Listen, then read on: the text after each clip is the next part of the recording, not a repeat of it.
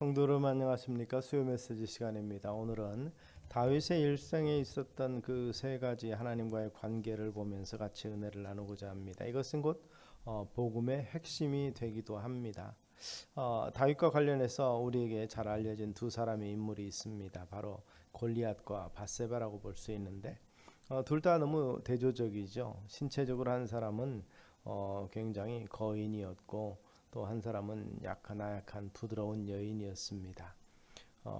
보면 다윗은 그 골리앗과의 싸움은 아주 그 유명한 그런 이야기가 되죠. 그런데 두 사람은 여러 가지 면에서 달랐지만 이 다윗에게는 그의 신실함과 믿음을 시험하는 일종의 시험지 같았습니다. 리트머스 시험지라고 볼 수 있죠. 그렇게 다윗은 하나님 앞에 자신을 시험해야만 했고 한 경우는 승리했고 한 경우는 무참하게 넘어지고 말았습니다.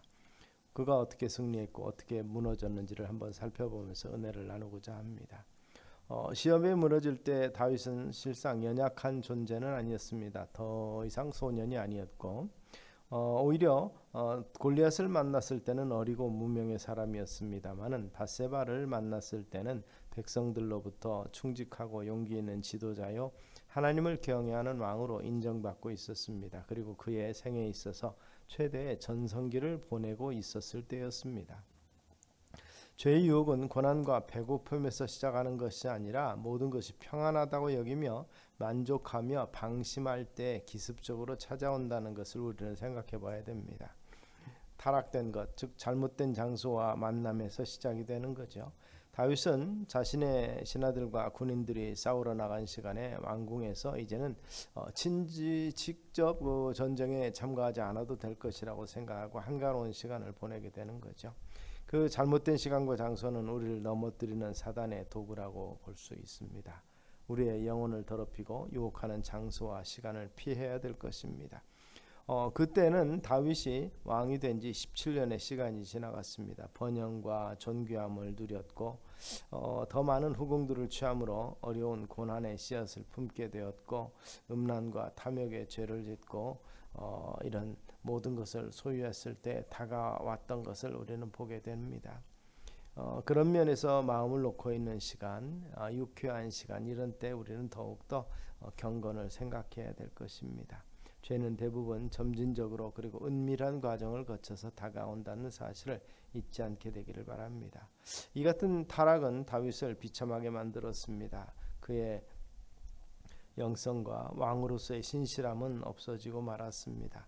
자신에게 충성을 다한 우리아를 죽이게 하는 여러 가지 비겁한 일을 하고 또 이 남편을 애도한 후에 7일 후에 다윗의 집으로 옮겨졌고 아이는 합법적인 결혼에 의해서 출생으로 가장하게 됩니다. 그러나 하나님은 다윗의 행위를 다 아셨습니다.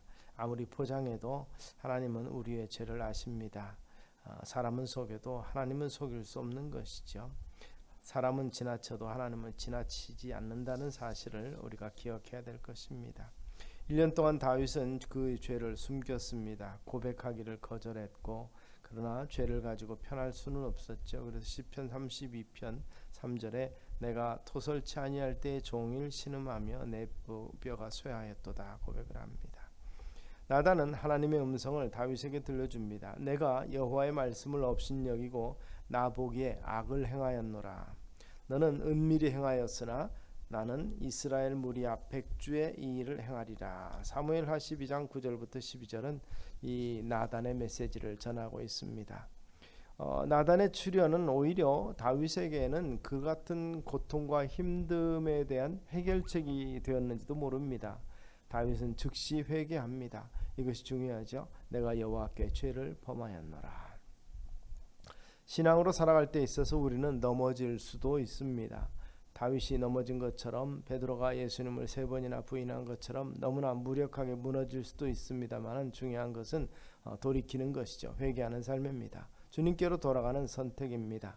눈물로 자신의 침상을 적시고 베드로는 다구는 소리와 함께 심히 통곡합니다. 쓰러지지 않는 것이 중요하지만 그러나 그렇지 못할 때 우리는 돌이켜서 회개해야 할 것입니다. 돌아가야 합니다. 그래서 십자가는 우리를 위해서 갈보리 언덕 위에 있는 것이라는 사실을 잊지 않게 되기를 바랍니다. 그러자 하나님의 놀라운 반응이 나타납니다. 다윗이 회개하자 하나님은 그를 사해 주셨습니다. 뉘우치는 영혼을 즉시로 용서해 주셨다는 것이죠. 탕자의 죄는 미워하시지만 탕자 자신은 불쌍히 여김을 받았던 것을 볼 수 있습니다. 죄는 용서받지만 그 죄의 슬픈 결과는 오랫동안 지속된다는 것을 우리도 잊지 말아야 될 것입니다. 하나님은 회개한 죄인을 사랑으로 회복시켜 주시지만 그러나 쓴 잔을 사용하실 수도 있습니다. 다윗이 죄는 용서받았지만 밧세바가 낳은 아이는 7일간 고생하다가 죽게 되죠. 그리고 2년 후 다윗은 아들 암논이 그 자녀들 간에 여러 가지 어려움이 생겼을 때 누이 동생을 범하게 되고 이 일로 압살롬은 그의 형을 죽입니다. 죄는 용서받지만 죄의 영향력과 결과는 참 고통스러운 것입니다. 고통과 슬픔이 우리의 죄의 결과라면 그리고 그러한 일이 우리에게 일어난 것을 하나님께서 허용하셨다면 이 고통과 슬픔이 채찍을 통해서 하나님은 우리를 훈련시키신다는 사실을 기억하시기 바랍니다. 훈련이죠. 그럼에도 우리를 용서하신 하나님의 사랑을 기억해야 할 것이고 고난 중에도 하나님을 바라보고 징벌과 채찍 중에서도 하나님을 사모해야 될 것입니다. 이것이 하나님의 용서하심이고 하나님의 사랑인 것입니다. 비록 하나님의 사람 또 마음에 합한 자라 하나님께서 평가하셨지만 그에게도 시험이 있었고 시험에 무너졌을 때 타락합니다. 하나님의 채찍 속에서 죄값을 치러야만 했었습니다. 그러나 회개하고 돌이킬 때 하나님의 용서와 사랑이 함께하는 것이 다윗의 생애를 통한 교훈임을 우리가 기억하시기를 바랍니다. 그래서 죄인의 자리는 책망과 정죄받는 자리가 아니라 구원을 위한 자리라는 사실을 우리가 인식하고 이 복음의 초점은 고발이 아니라 용서와 초대임을 우리가 함께 기억하실 수 있게 되기를 바랍니다. 타락한 자에게 그가 회개하게 하고 또 용서하시는 하나님은 우리를 향하신 놀라운 하나님의 마음이요 사랑이라는 사실을 늘 잊지 않는 우리 성도님들 되시기를 주의 이름으로 축원합니다. 기도하겠습니다. 살아계신 아버지 하나님, 참으로 하나님의 마음에 합한 자였지만 참으로 연약하고 부족한 때가 있었던 것도 기억합니다.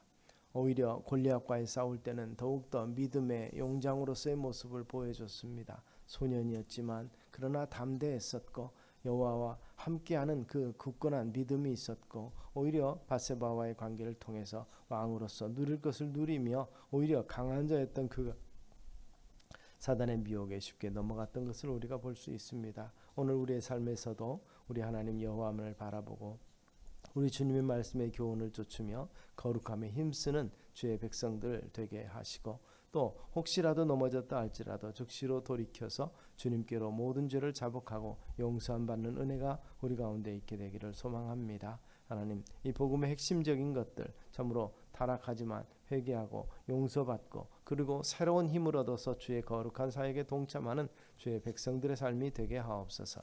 예수님 이름으로 기도드리옵나이다. 아멘.